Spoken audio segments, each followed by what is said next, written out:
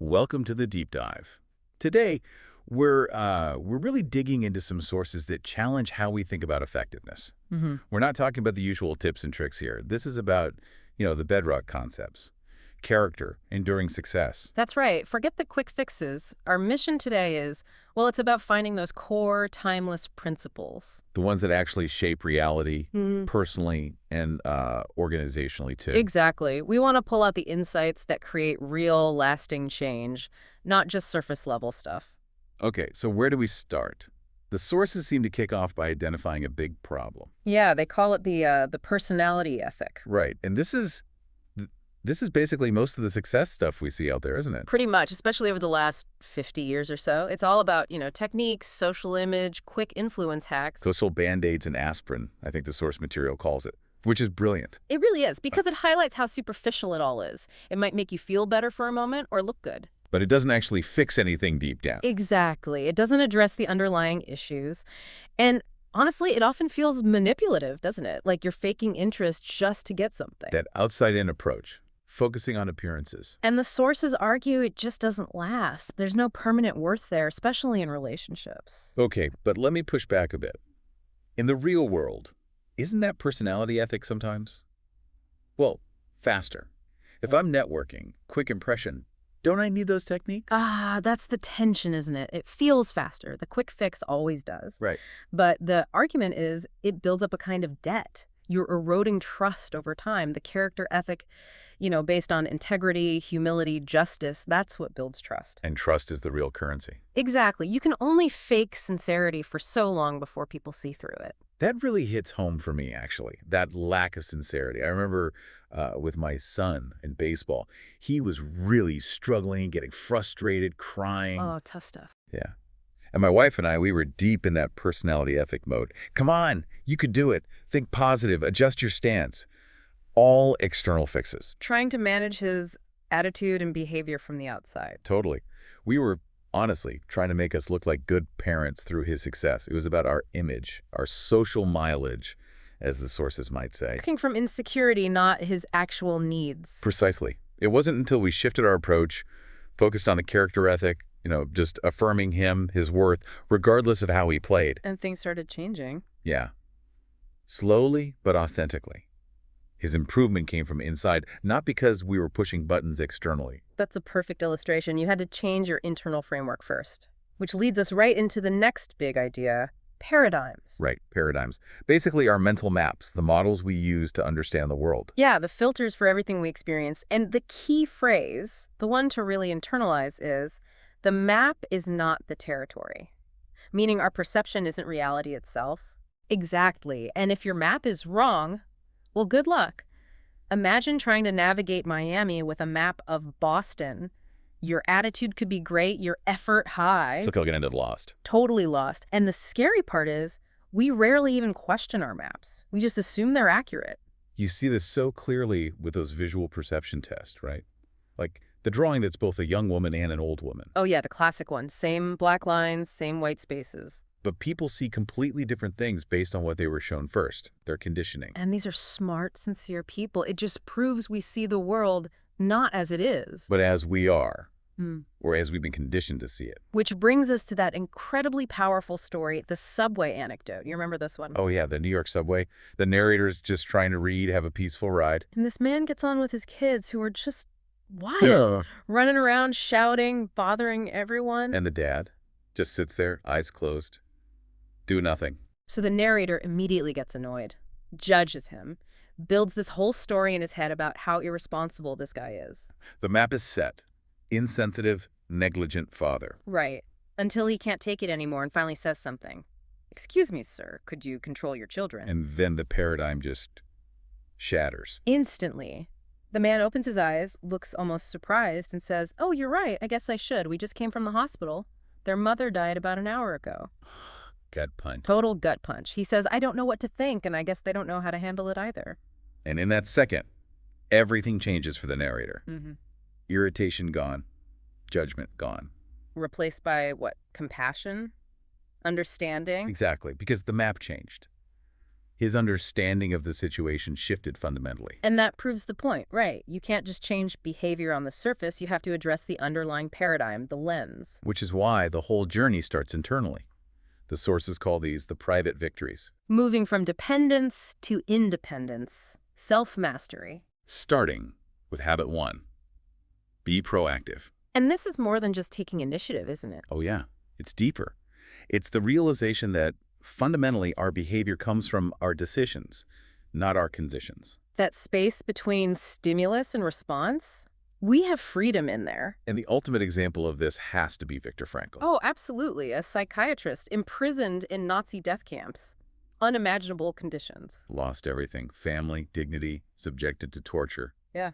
Yet, even then, He discovered what he called the last of the human freedoms. the freedom to choose his response, his internal state, even when everything external was controlled. That's the core of proactivity, owning your response, not blaming circumstances.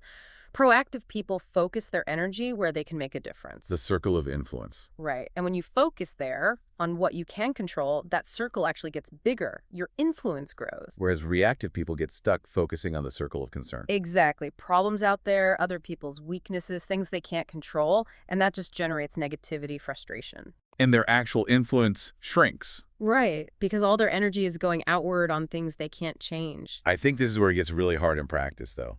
When you're stressed, overwhelmed, the news is yelling about things in your circle of concern. Oh, for sure. It's so easy to get pulled into reacting. Focusing on your own response, your circle of influence, that takes real effort. It does. It requires conscious choice, linking your actions back to your values, which connects to that example about the marriage. The guy who said the feeling was gone. Actually, I just don't love her anymore. Yeah. Operating from that reactive, feeling-based paradigm. Yeah, the personality ethic view. Love is a feeling that just happens to you. But the proactive advice was completely different. It was. Love is a verb. Love is something you do. Exactly. The feeling, the source argues, is a result of the action. The advice was serve her, sacrifice, listen, empathize, appreciate her. Act on the value of love, even if the feeling isn't here in the moment. That's habit 1. Which leads perfectly into habit 2. Begin with the end in mind. This is about having that clear destination, right? Knowing where you're actually going. It's based on the idea that everything is created twice. The two creations, mental first, then physical. Right, like building a house. First, the blueprint, the detailed plan, that's the mental creation.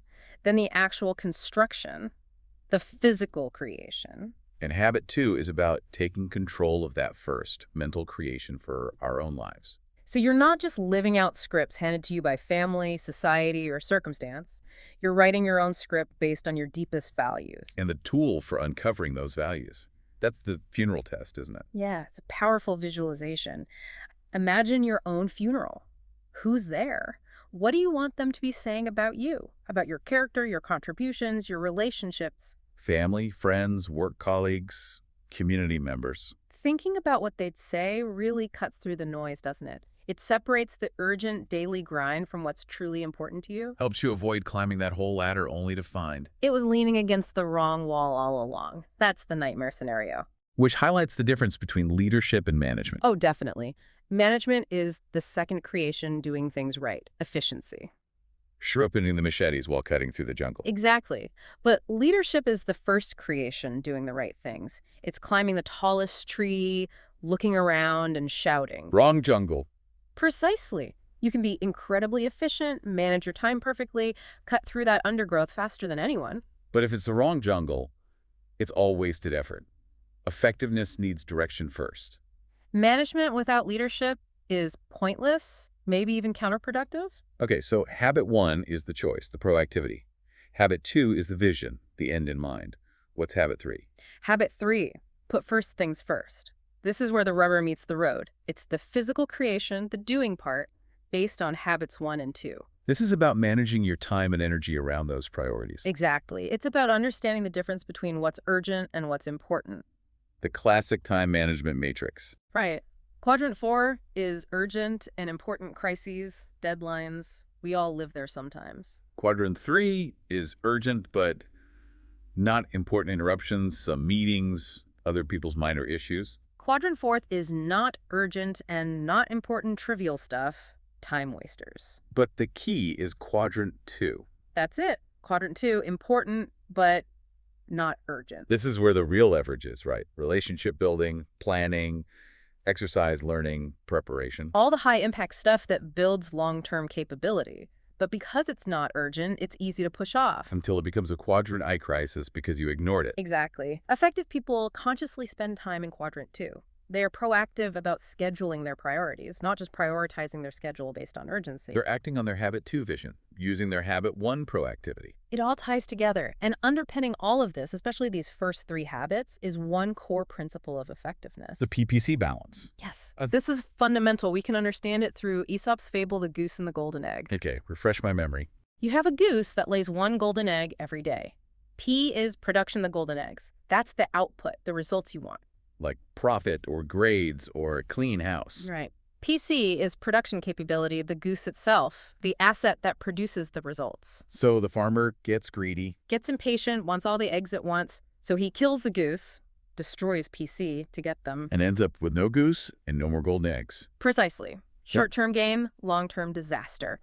Effectiveness requires balancing P, getting the eggs, with PC taking care of the goose. And we do this all the time without realizing it, don't we? Yeah. Burn ourselves out for a project. Exactly. Pushing for high P output by sacrificing PC, your health, your well-being. Or think about physical assets like a lawnmower. You just use it, never maintain it. Focus only on P, cutting the grass, and neglect PC, cleaning, sharpening, oiling. Eventually it breaks down. You lose the asset. Or in human terms, like a marriage. Perfect example. If you only focus on getting the benefits, P support, affection, help, without investing in the relationship itself. PC communication, trust, shared experiences. You kill the goose, the relationship deteriorates. The capacity to produce those golden eggs disappears because the asset wasn't maintained. So investing in PC is crucial, even if it doesn't look like immediate production. Absolutely. Remember the author's story about taking his daughter to see Star Wars? Yeah, he didn't even like the movie, right? Hated it, but Yeah. she loved it. And he went, and he let her explain the Jedi philosophy to him. So he wasn't focused on his own enjoyment, P. He was making a deposit in the relationship, PC. Investing in communication, understanding, connection with his daughter. Building that emotional bank account? Exactly. That PC investment pays off hugely down the line, especially when challenges arise. Balancing P and PC is key for sustainable effectiveness. Okay, so wrapping this part up for the listener, the big takeaway seems to be this inside-out approach. Definitely. It starts with shifting your paradigms, choosing character over just technique. And then mastering yourself through those private victories, being proactive, knowing your end goal, and putting first things first by focusing on the important, not just the urgent, and always keeping that PPC balance in mind. Yeah, and here's something really important, something humbling from the source material itself. Okay. Even the author, the person teaching all this, admitted he struggles daily. He said the habit he finds hardest, especially when tired or sure he's right, is habit 5, seek first to understand. Wow. So even the expert struggles. Constantly. He admitted he catches himself listening with the intent to reply, not to truly understand. That's actually really encouraging in a way. It is. It shows this isn't about reaching some state of perfection and staying there. It's an ongoing process, an upward cycle. The struggle is the growth. You become more aware of the principles and more aware of where you fall short. And that awareness, that humility, brings you back to the character ethic. It's not a checklist. It's a direction, a continuous alignment. So the challenge for you, listening right now, inspired by Frankl. Think about today. What's one thing, just one small thing, in your circle of influence? Something you can choose to do proactively based on your deepest values, your habit 2 mission. Instead of just reacting to whatever is urgent or demanding your attention. That one small, value-driven choice, that's where your next private victory begins.